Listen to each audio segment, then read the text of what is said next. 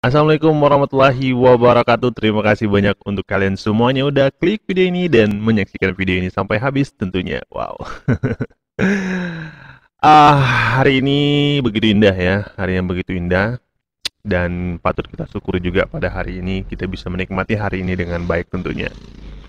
Oh ya, apa kabar semuanya? Semoga sehat selalu dan semoga apa yang dicita-citakan terwujud. Kalau nggak tahun ini tahun depan, ya kan? Nah, pada dasarnya manusia itu apa ya? Pada dasarnya manusia itu adalah orang-orang yang baik, mempunyai jiwa yang baik, hati yang baik, dan dan apa ya? Mempunyai keinginan yang baik juga tentunya. Dan ya seperti itu. Kalau seandainya mereka berbuat jahat, artinya mereka diganggu ataupun mempunyai gangguan. Siapa yang ganggunya? Tentu setan. Jadi kalau teman kalian ganggu kalian atau membujuk kalian untuk melakukan hal-hal yang jelek, hal-hal yang kurang baik, berarti bisa dikategorikan ia adalah, silakan jawab sendiri. Nah, pada kesempatan yang berbahagia ini saya akan sedikit menceritakan sebuah kisah ya. Kisah di mana seorang pendeta. Nah, tahulah ya kalau seorang pendeta berarti ia seseorang yang mengabdikan diri kepada agamanya, tentu seperti itu. Namun kisah ini adalah seorang pendeta yang masuk Islam. Loh, kok bisa ya? Kok bisa ia berpindah agama? Tentu bisa. Kenapa? Karena ya namanya juga hidayah. Ketika Tuhan berkehendak pasti akan terjadi. Kisah ini terjadi di Hagia Sophia. Wih. Nah, cerita ini saya ambil dari salah satu website ya, republika.co.id. Jadi untuk teman-teman semuanya yang ingin membaca langsung ataupun mengetahui lebih lanjut lagi, silakan datang aja ke situs websitenya www.republika.co.id. Nah, langsung aja. Pada hari penaklukan Konstantinopel ya di tahun 29 Mei 1453, masuklah Sultan Muhammad II Al-Fatih, Sultan Mehmed II atau Sultan Muhammad II ke dalam kota tersebut ya. Dan ini dikutip dari buku sejarah umat Islam yang ditulis oleh Prof. Hamka ataupun yang kita kenal dengan Buya Hamka. Nah, pekikan ataupun teriakan Allahu Akbar terdengar di kiri kanan jalan. Tempat bala tentaranya berdiri menyambut kedatangan baginda yang mengendarai kudanya yang bernama Jambulat. Seperti itu. Sultan Muhammad II memasuki kota dengan langkah yang tenang dan bahagia. Tidak terlihat kesombongan pada wajah Sultan. Wih, Sultan seperti inilah yang pasti diidam-idamkan para emak-emak ya. Para rakyatnya maksud saya, seperti itu. Bahkan sesampai di hadapan gereja besar, yaitu yang dikenal dengan Hagia Sophia, Sultan turun dari kudanya dan sujud ke bumi, mengucapkan syukur kepada Allah dan diambilnya segenggam tanah. Lalu disiramkannya ke kepalanya sendiri. Jadi ambil, siram ke kepala sendiri. Seperti itu. Sebagai wujud merendahkan diri kepada ilahi. Wah, keren ya, ini seorang sultan loh. Saat Sultan masuk ke dalam gereja yang bersejarah tersebut, terlihat beberapa orang yang sedang beribadah di bawah pimpinan pendetanya. Bersembahyang dengan sangat khusyuk, memohon perlindungan dan biarlah mati dalam keadaan sembahyang. Kebetulan pada saat itu hari sembahyang sedang memperingati orang suci mereka, yaitu Santa Theodosi. Nah, seperti itu. Baginda Muhammad Sultan II tertegun melihat orang-orang yang sembahyang dengan khusyuk. Saat Sultan tertegun, terdengar olehnya bunyi orang sedang memukul-mukul bangunan gereja dan mengganggu kekhusyukan orang yang sedang beribadah tersebut. Rupanya, itu adalah kegiatan tentara Turki Utsmani, sedang memukul sebuah tonggak marmer gereja. Sultan pun marah dibuatnya. Marmer gereja, ya Sultan pun marah dibuatnya. Dan ia berkata, "Apa maksudmu berbuat begitu?" tanya Sultan. "Bukankah saya ini seorang muslim? Bukankah semua ini berhala tempat kafir, menyembah selain Allah?" jawab tentara tersebut. Mendengar jawaban itu, terlihat wajah Sultan marah. Diambilnya palu dari tangan serdadu itu dan dihayunkan ke kepalanya sambil berkata dengan marah, "Tidak boleh merusak tempat ibadah," kata Sultan. Wih, ya. Ingat ya, tidak boleh merusak tempat ibadah. Kalau renovasi boleh. Sikap Sultan yang demikian itu mengherankan orang-orang Kristen yang sedang berdoa tersebut. Mereka lalu tidak ragu untuk mendekati Sultan. Mereka tidak menyangka Sultan berbuat baik dengan menghormati peribadatan mereka. Mereka terharu karena Sultan tak seperti yang mereka bayangkan. Dan bahkan ada di antara kalangan orang Kristen yang masuk Islam melihat Sultan itu, salah satunya adalah seorang pendeta yang kemudian dikenal dengan nama Baba Muhammad.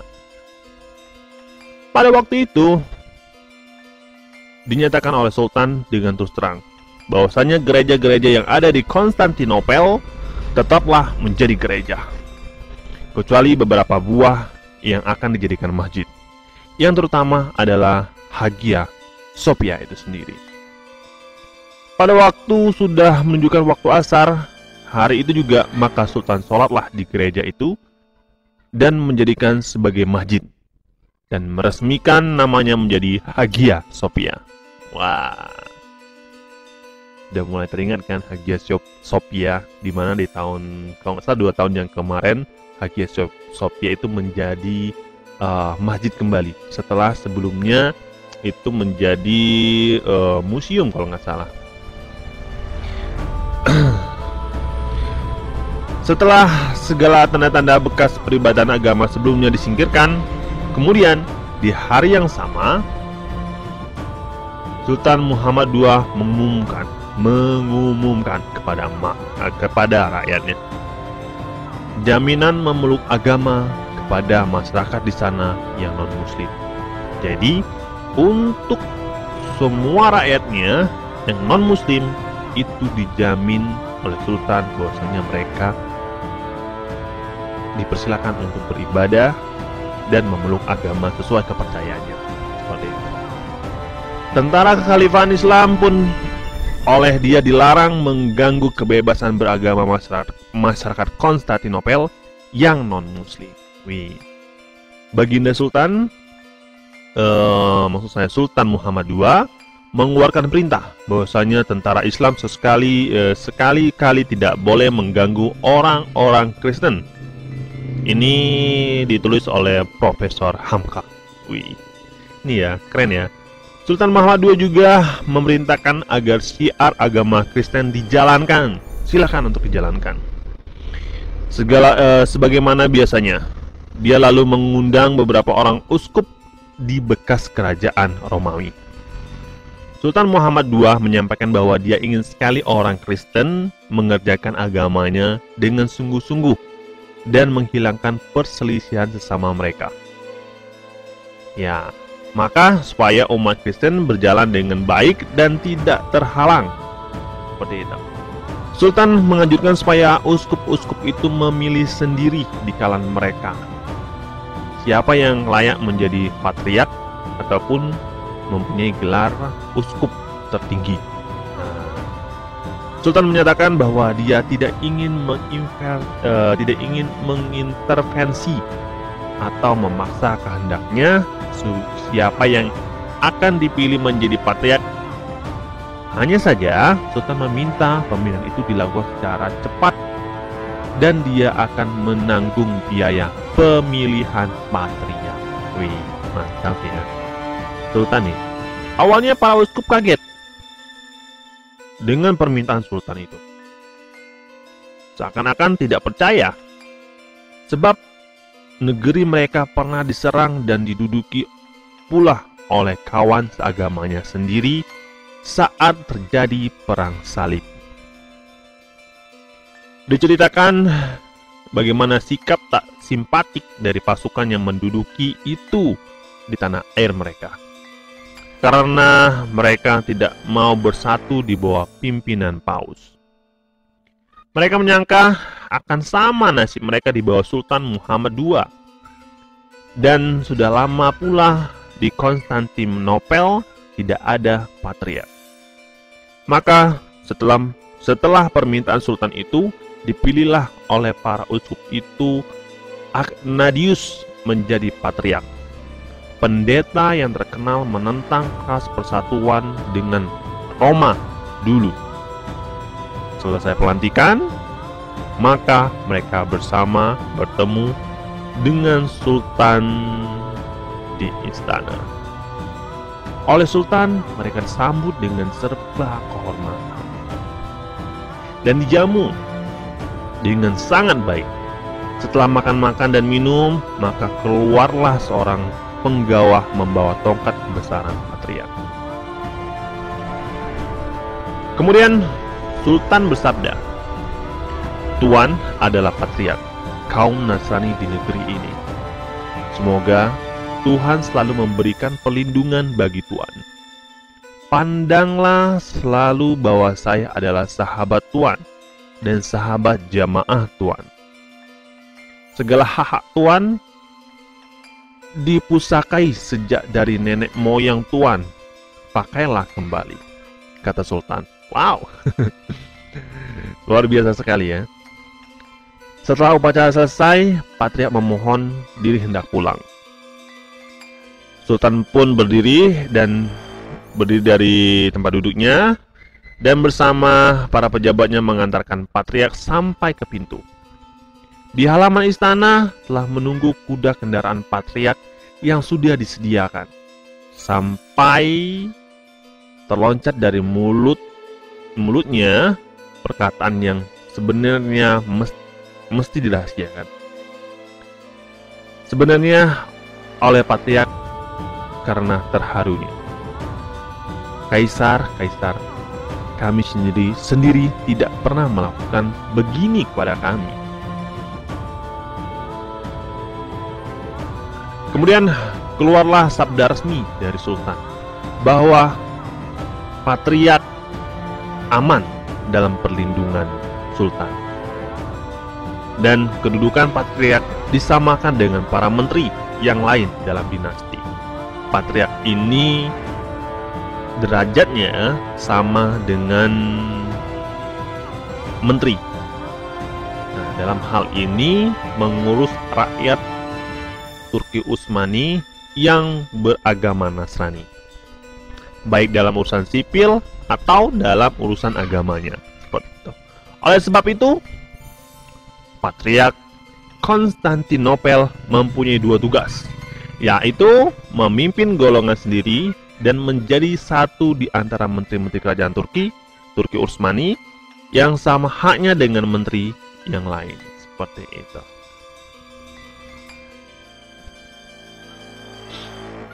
Wow, luar biasa sekali ya. Ini merupakan sikap seorang pemimpin di masa itu dan masa sekarang pun juga ya, terutama di Indonesia. Sebagaimana di Indonesia kita beragam, ya, mempunyai perbedaan agama yang lumayan banyak ya, ada 5 agama. Dan semuanya dilindungi oleh pemerintah dalam hal beribadah, kemudian menyiarkan ataupun berdakwah, memakai atribut dan lain-lain seperti itu.